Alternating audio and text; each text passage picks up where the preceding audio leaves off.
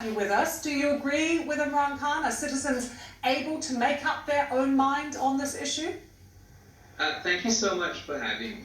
Actually, I don't quite understand the Prime Minister's logic and reasoning to change the restrictions that were already in place, that surprisingly, for the first few weeks of this lockdown, were being implemented relatively well by the religious community across Pakistan.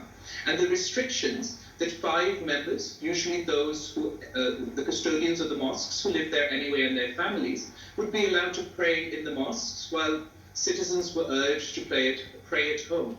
When the Prime Minister eased some restrictions with the lockdown, including barber shops and tailors in parts of the country, it's obviously difficult to convince religiously minded people when such restrictions are being lifted. However, since they were cooperating, the restrictions in mosques were going well.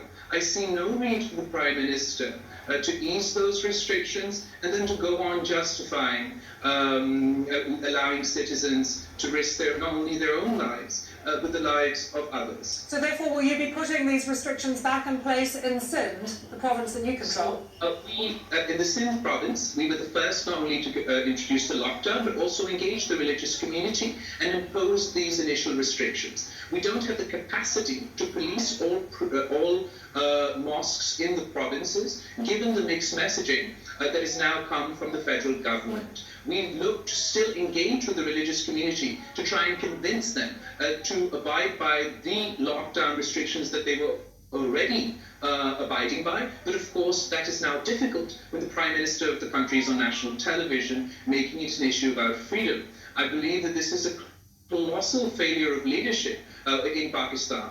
And when you compare us to the rest of the Muslim world, when countries like Saudi Arabia and Iran and every other Muslim country have taken steps to safeguard the lives of their citizens, this is a failure of leadership. This is not the time for populist electoral politics. This is the time to take decisions based on the advice of doctors and health experts, and doctors from Pakistan from Lahore to Karachi are protesting, are giving press conferences, appealing, beseeching us to take those necessary steps to protect them, to ease the burden on them in our healthcare system. So do you trust the government's figures that they are putting out about the amount of infections and deaths?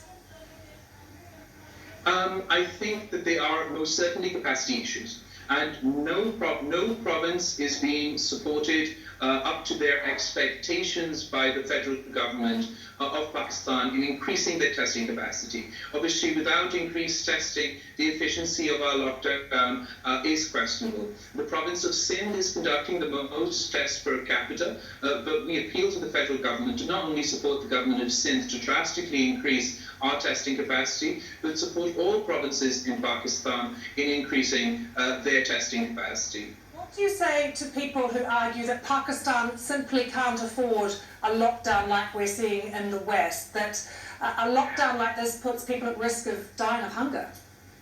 I don't think that any country, any economy in the world is designed or capable to maintain such a lockdown, but everywhere governments and leaders prioritize the lives of their citizens and the health of their citizens. We work with the philosophy that while we can bring an economy back to life, we can't bring people back to life. Of course, the economic indicators are particularly alarming for Pakistan. Our economy, even before the COVID pandemic, was mismanaged and weak. The World Bank report that has recently come out suggests that only 3 countries in South Asia, Pakistan, Afghanistan, and the Maldives, may enter into a recession as a result of this pandemic. But just because we've identified the problems doesn't mean that we shouldn't take the steps to address them. Just like the federal government has a responsibility to run the economy, it now has a responsibility to protect people's lives, protect people's health, and secure their livelihood. I think the state of Pakistan sends a very incorrect message when the first relief package that is announced from the federal level is for the construction sector and not for our frontline workers, our doctors, our nurses, and all those who risk their lives every single day in combating this. But nonetheless, when your party was in government, healthcare spending was below 3% of GDP. So do you not also bear some responsibility for the state of the infrastructure, for the resources that are available right now? I think that Pakistan will regret not spending a higher ratio of its GDP on healthcare. The Pakistan People's Party, whenever it was in government, drastically increased spending on healthcare, but no healthcare system, not the healthcare system of New York, nor the healthcare system of Karachi, has the capacity to deal with a global pandemic. And this is pandemic, and we're also looking at a global recession as well. And I wanted to ask you, given that, if you are worried about the particular aid programs that Pakistan relies on now possibly being neglected as countries have to worry about their own economies. I absolutely worry not just about Pakistan, but other developing countries at the time of this global pandemic. I believe that across the world for the last decade, from the US, from the United States to India, we've had this flirtation with nationalistic populism, an increase in partisanship, and a shift away from multilateralism that has left all of us ill-equipped and unprepared to deal with this global pandemic together as a global community. And in Pakistan's case, unfortunately, we haven't managed yet to forge that national unity required to fight this in the most efficient manner possible. We do very much appreciate your time, and before we let you go, can I ask you how you and your family will be observing Ramadan? Oh, thank you so much.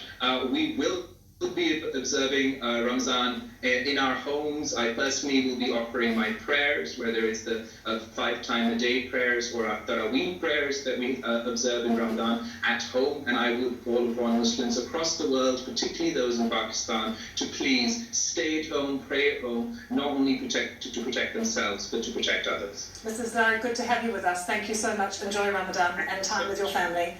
And before we go, we